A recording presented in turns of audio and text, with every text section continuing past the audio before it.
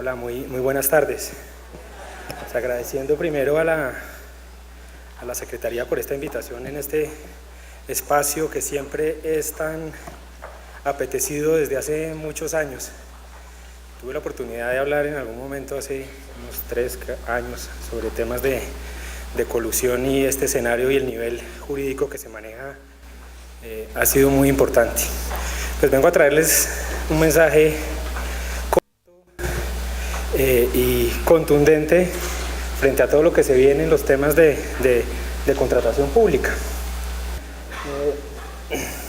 Tratar de venir a explicarles un poco los cambios de una forma sencilla y clara que viene con el nuevo desarrollo del sistema electrónico para la contratación pública, el SECOP 2, que viene en una evolución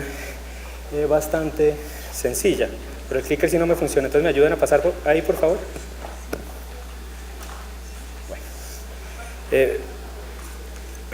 Poder ver que el cambio y la evolución está en entender de tener una plataforma de una sola vía a tener ya una plataforma de carácter transaccional, donde todas las entidades públicas, más de 4.000 a nivel nacional, estarían ahí presentes, donde pueden desarrollar toda la actividad contractual.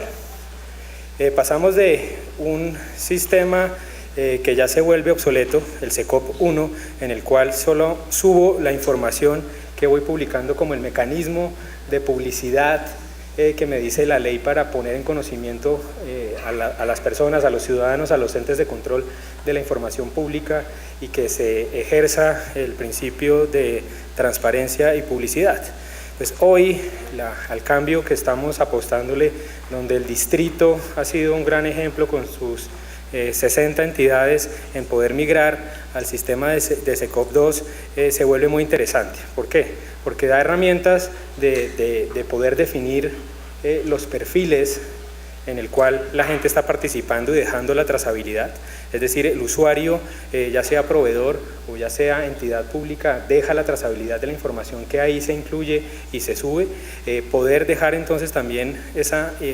información que reposa en la plataforma con todas las ventajas que eso trae para poder entrar a revisar. Ya no tendremos en nuestra oficina de contratos pues nuestras carpetas, sino pues el acceso se hará en el medio virtual, y esto pues nos traerá muchas ventajas, porque al tener un solo centro donde podamos llegar a encontrar la información, nos ayuda a poder clasificarla, a poder sacar variables y a poder cambiar y comparar información, poder entonces que si necesitamos plantearlo de una forma diferente, podemos cambiar nuestra línea, porque ya podemos entrar a comparar muchísima información, no solamente dentro de la entidad que trabajamos, sino entre la información que podemos acceder de las distintas entidades. Sirve para tener un mejor seguimiento en la información, y que nos permita pues también poder tener una comunicación en línea y un análisis real de los precios y las ofertas que se presentan. Claro, pues genera muchas veces dudas, preocupaciones, porque el sistema, siendo un sistema utilizado a nivel mundial, nosotros seguimos la tendencia que ha planteado en la Unión Europea Portugal, con un desarrollo de software bastante complejo que debe entrar a aplicarse al sistema colombiano, y esa es la tarea que hemos venido dando, gracias también al apoyo de la Secretaría, la Subsecretaría, a que tengamos todas las entidades capacitadas y con la información correcta para poder adaptar nuestro sistema. Cambiamos, por favor. Entramos entonces a un nuevo sistema donde no habría la oportunidad de entrar a firmar documentos, porque si entro a firmar documentos, a tener un documento en físico y un documento electrónico, pues va a privar el documento electrónico si hay diferencias entre lo que tenga en una carpeta, que ya no la debería tener, y la información que tengo pública y abierta. La que va a servir es esa información, y solamente se da esto porque ya le damos validez al sistema. Al entrar las entidades a ser usuarios del SECOP 2, lo que están haciendo es utilizar la ley 527 que hace muchos años pues está vigente y en contratación pública está empezándose a utilizar. Cómo los documentos electrónicos tienen validez frente a terceros, pueden ser utilizados en espacios judiciales, sirven de plena prueba en un proceso judicial y tiene la misma validez que el documento físico. Claro, el documento electrónico pues tiene determinadas características y por eso la importancia de tener hoy un usuario determinado y que solamente quien tenga ese usuario es el que puede acceder a un documento. Y ahí hay un mensaje muy clave. Si hoy manejamos en nuestra área de contratación una persona que maneja toda la información que sube al SECOP, generalmente no es el abogado del grupo, sino es un administrador o es un técnico que lo que hace es llevar la información que sube, tiene 3 días, eso sí lo tiene clarísimo, y sube toda la información que le va pasando y la sube al sistema. Lo hace con un usuario que es el área de contratos, pero hoy como va a tener una trazabilidad diferente, quien tenga el acceso de poder hacer la información, el que firma el contrato, no es el técnico que sube la información, sino es el ordenador del gasto. Es decir, el usuario que tiene esa clave, al hacer clic a la firma del contrato, es el que le da la validez electrónica para que ese documento sea oponible a terceros. Entonces, quien tenga esa clave es como si tuviera la firma para poder hacer todos los documentos o toda la trazabilidad que ahí se da. Entonces, por eso también cambiamos los roles y los roles se vuelven muy importantes a la hora de actuar dentro del sistema. Y por eso tenemos que entrar a plantear ya una gestión pues de cambio. Todo cambio genera resistencia, primero tenemos que capacitarnos, salen 1000 dudas, ya tenemos un documento de preguntas y respuestas frecuentes, hay oportunidad de seguir preguntando también entonces en lo que pueden hacer directamente con la mesa de servicios en la página web y pueden haber nuevas capacitaciones, es decir, cada vez pudiendo generar confianza para que el sistema se vuelva muy útil. Siguiente. Esto da la facilidad para que hoy migremos y utilicemos la plataforma en su totalidad. Poder ver que ya todo lo que queda ahí en la nube será nuestra carpeta y entender y darnos la tranquilidad que así funciona. Es el cambio, cuando yo era chiquito, iba al banco, a Conavi, con mi talonario, ya ni nombre tiene hoy en día, y el paso a la tarjeta pues generó resistencia. Había todavía algunos que decían, no me quiten mi talonario, déjenme mi talonario, que es la única forma de yo poder entender que el banco cuánto se queda y cuánto me retira. Bueno, pues ya migramos a tener la tarjeta electrónica, la validez de la información está que la tarjeta en teoría no podría duplicarse y que la clave y el acceso a la información me da cierta tranquilidad. Algo mismo haríamos acá, cogíamos esa carpeta, ya no la tenemos que usar, todo lo hacemos en vía electrónica, todo tiene validez frente a terceros, todo puede ser oponible en un proceso judicial, sirve para ejercer nuestro principio de transparencia y darle mayor utilidad para que la información que esté ahí en algún momento pueda ser analizada y nos pueda dar algunas alternativas bastante interesantes como el análisis de datos abiertos, que ya hablaremos del tema. Y aquí es donde también tenemos, vuelvo y recalco, que no puede haber duplicidad de documentos, porque si abro y el cronograma es el mismo, pues no tendría ningún inconveniente, porque imprimí el que está, pero no lo debería tener por la práctica de cero papel, pero no me genera problemas. Pero si en algún momento veo que el cronograma tiene una fecha de cierre, la hoja que tengo en la carpeta, que es la que puede llegar a verificar en algún momento la Contraloría o la Procuraduría en la revisión de sus temas, de la personería en nuestros casos, y ¿cuál tendría validez? Pues siempre va a tener validez el que estemos en el sistema. En el sistema se vuelve entonces la herramienta única donde podemos utilizar ahí nuestra información. Y algunos mensajes, siguiente,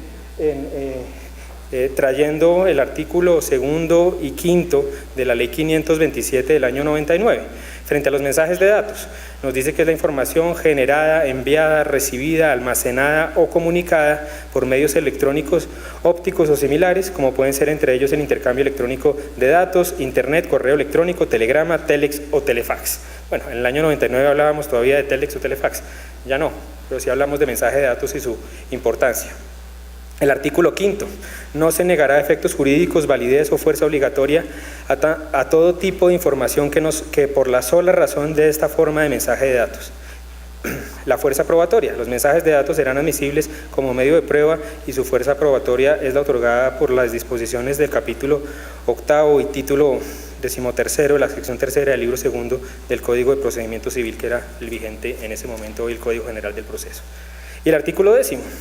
en toda actuación administrativa o judicial no se negará eficacia, validez o fuerza obligatoria y probatoria a todo tipo de información en forma de un mensaje de datos, por el solo hecho de que se trate de un mensaje de datos o en razón de haber sido presentado en su forma original. Bien, entonces, plena validez, toda la fuerza, se aplica hoy en día, siguiente por favor, la ley 527 que se integra en nuestras normas que tenemos que entrar a aplicar. Encontramos ahí también nuestro manual de contratación, podríamos dejarlo arriba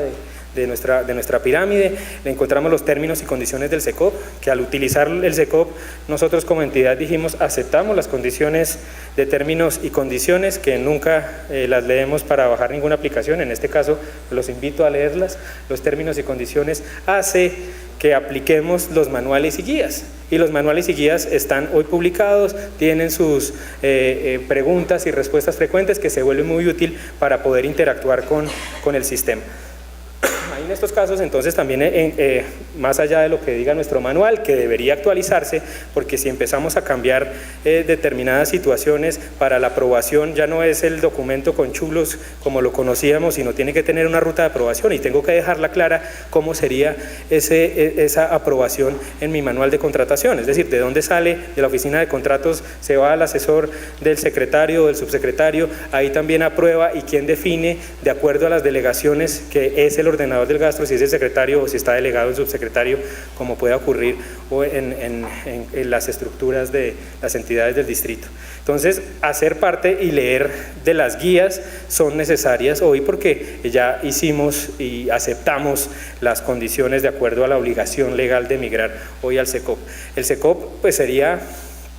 La implementación del SECOP es la única meta medible que tiene hoy Colombia compra eficiente dentro del plan de desarrollo, que todas las entidades migren. Empezó un poco tarde, vamos cortos en la meta, pero esperamos al terminar gobierno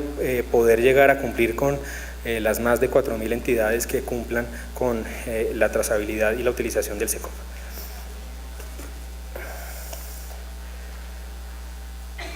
Siguiente, por favor. Bien.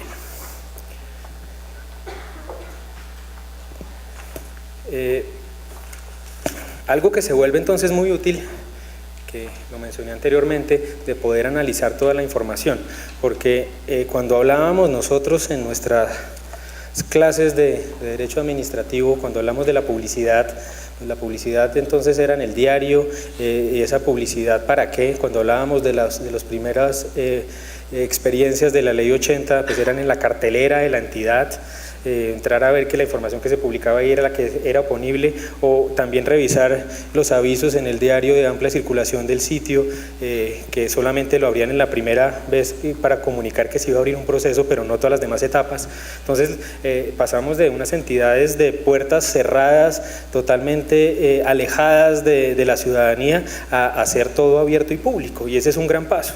Y este se vuelve pues el gran ecosistema de la contratación pública, y el gran avance que hemos hecho en Colombia, que puede ser uno de los grandes ejemplos de Latinoamérica, en poder ver que ya no solamente nos va a interesar una relación de doble vía, es decir, el proveedor y la entidad pública. Ya hay más actores, y los actores tienen hoy una herramienta muy útil a la hora de jugar. Encontramos a la ciudadanía que les tenemos que llevar un mensaje más sencillo, más claro, en términos comprensibles, cómo es que funciona la administración. Tengo que darle herramientas a la ciudadanía para que participe. Y nada como Bogotá en sus desarrollos de participación ciudadana utilizar estas herramientas de forma útil. Se vienen planes de desarrollo, podemos hacer ahí, utilizar información para educar al ciudadano. ¿Cómo hacemos para que se vuelva un control social y real? Pues tienen que entender cómo funciona un plan de adquisiciones, qué es un CDP, qué sería un registro, cuáles son los pasos de un contrato, qué debo saber para hacer una ejecución. Es la información necesaria que requiere el ciudadano, pero los otros actores requerirán otra información, como las entidades, poder hacer estudios de mercado, cruzar información, quién es el que ha contratado y qué experiencia puede llegar a darme, puedo encontrar hasta el análisis mínimo de precios en el SECOP, entonces se vuelve muy útil como una herramienta para hacer los estudios de mercado. Lo mismo como inteligencia de negocios frente a los proveedores ya pueden entrar a comparar quién está comprando, dónde, cómo, en qué condiciones, cuáles son los riesgos, puedo revisar la información y puedo darle una trazabilidad para ver dónde me enfoco, puedo también revisar cuáles son normalmente los criterios de evaluación para ver si vale la pena que me presente o no me presente, siguiendo todo un gran paso de análisis de datos. Encontramos también a los entes de control, podemos entregar ya información muy detallada de lo que requieran. Colombia Compra viene trabajando con la Procuraduría General de la Nación entregando la información muy exacta de lo que requieren, ya tienen acceso directo al SECOP, pero también podemos entregarle variables, estadísticas, quién está y cómo lo están haciendo, cómo nos vamos a comportar, por ejemplo, previamente ley de garantía de las entidades, donde se disparan las contrataciones directas, entrar a ver si eso es un riesgo real o no, pero pues ya tiene la herramienta para hacerlo, no estando en cada una de las entidades buscando la información. Encontramos también a la academia que puede llegar a utilizar esta información para ayudarle al Estado a tomar decisiones, poder dar información muy útil a la hora de poder investigar, ver entonces cómo se están comportando, en qué nos estamos gastando los recursos, cuál es la modalidad de selección que más utilizamos, cuáles son los contratos más grandes, cuáles son los que tienen mayores riesgos, cuáles incumplen más, cuáles generan mayores